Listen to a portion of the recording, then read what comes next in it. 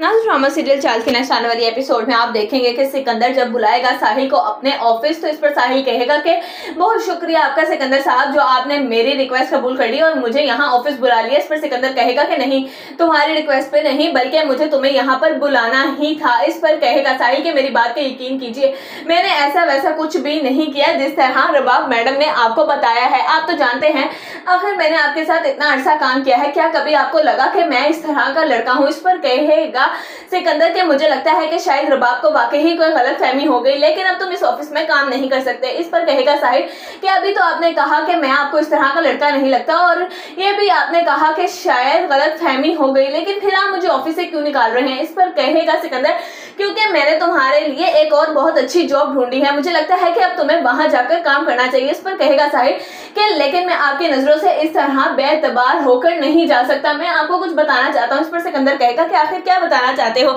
जब साहिल फारूक और रबाब के बारे में सारी बातें बताएगा सिकंदर को, तो इस पर सिकंदर कहेगा कि नहीं, ये बात मैं मान ही नहीं सकता। इस पर कहेगा साहिल कि मैं बिल्कुल ठीक कह रहा हूँ, और आप जानते हैं कि ज्वेलरी का बैग, इस पर तो सिकंदर जैसे हक्का बक्का ही रह जाएगा, क्योंकि वो सोचेगा कि आखिर ये साहिल को ज्वेलरी के बैग के बारे में सारा कुछ कैसे पता लगा। और जब साहिल बताएगा कि वो जो लड़की देने के लिए आई थी ज्वेलरी का बैग, वो मेरी होने वाली मंगेतर है। इस पर कहेगा सिकंदर कि क्या तुम तो रबाब की दोस्त के साथ अफेयर में नहीं और तुम उसे धोखा भी दे रहे। इस पर कहेगा साहिल कि आपको यकीनन रबाब मैडम ने ही बताया होगा, वो हर किसी से झूठ सच कहती फिर रही हैं सिर्फ और सिर्फ फारूक को बचाने के लिए। वो असल में ये बात जानती ही नहीं कि फारूक उन्हें लूट लूट कर खा रहा है, और वो ज्वेलरी भी उन्होंने खुद फारूक को दी थी, जो कि फारूक की बहन और बाप उसके ऐसा नहीं चाहते, और ना ही वो इस तरह की सोच के मालिक। फिर मैंने ही उनको कहा कि मैं आपकी सिकंदर साहब से मुलाकात करवा देता हूँ आप, ताकि ये बैग उनको वापस दे दे, क्योंकि ये बैग वो आपको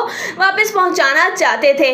अब आप ही जाने के रबाब मैडम को जब मैंने उस दिन ये कहा कि आप दूर रहे फारूक से, क्योंकि वो तो एक धोखेबाज लड़का है, बस यही बात उनसे हसन नहीं हुई और उन्होंने मुझे पूरे ऑफिस के सामने जलील करके